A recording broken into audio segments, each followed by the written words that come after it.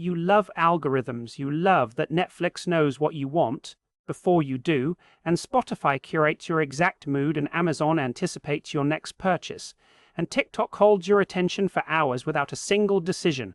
And here's the paradox that will make you want to disconnect from every device you own. The more these machines know you, the less you know yourself, because algorithms don't serve the person you could become. They serve the person you've already been, feeding you endless variations of what you've liked and watched and believed until you're locked inside a loop of your own history, gradually losing the capacity for surprise and growth and the uncomfortable encounter with something genuinely new. And you're not being personalized, you're being cloned, the data chilling in its quiet demonstration that heavy reliance on algorithmic recommendations shrinks exploratory behavior over time.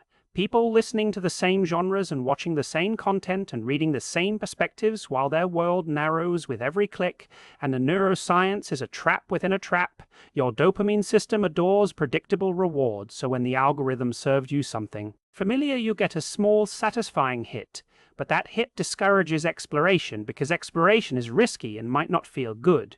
So your brain learns to stay in the lane the algorithm paved, and you become a creature of habits that aren't truly yours. Training yourself to be predictable so a machine can predict you while the machine trains you to stay predictable so it can keep you clicking, a symbiosis of stasis that the American twist has turned into a business model, outsourcing discovery to corporations whose profit depends on your boredom with anything truly challenging, because real discovery is uncomfortable and might make you close the app, so the algorithms optimize for comfort and confirmation and the warm bath of the familiar. And you think you're choosing, but you're being herded down a corridor that narrows with every step until the American promise of endless choice becomes the reality of endless sameness, different colors on the same cage, and the quiet reversal that only lands when you feel the walls of that corridor is that the most creative and open-minded and genuinely free Americans are the ones who actively break their own algorithms, searching for what they know they'll hate and clicking on the other side and listening to genres that unsettle them and turning off autoplay to sit in the silence, discovering that the algorithm isn't a tool but a sedative, and the only antidote is deliberate, uncomfortable, algorithm-defying curiosity.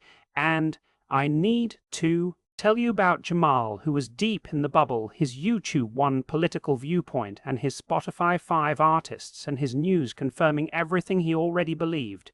Feeling smart and informed and right until his teenage daughter showed him her feed, totally different music and politics and world, and said, "Dad, the algorithm doesn't show you reality, it shows you you."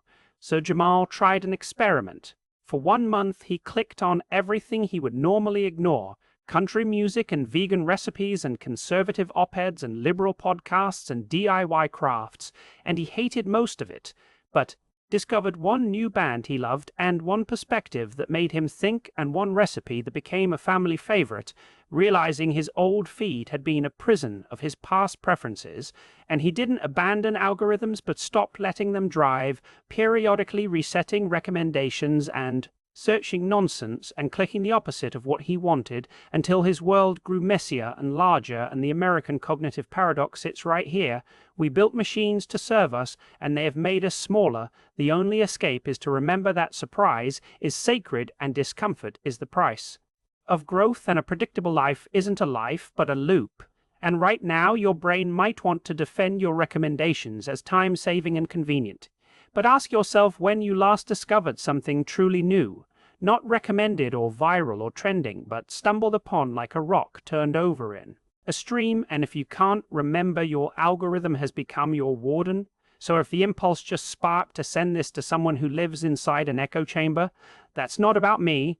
It's the recognition that comfort isn't safety but sedation, and the first real exploration you've done in years. Might be searching for something you know you'll disagree with today, and the question from the beginning, why do algorithms that know us so well make us so predictable and isolated, has an answer that a second viewing fully reveals. Being known is not the same as growing. The algorithm loves your past, your future hates it. Now go search for something you would never click on. That's an order.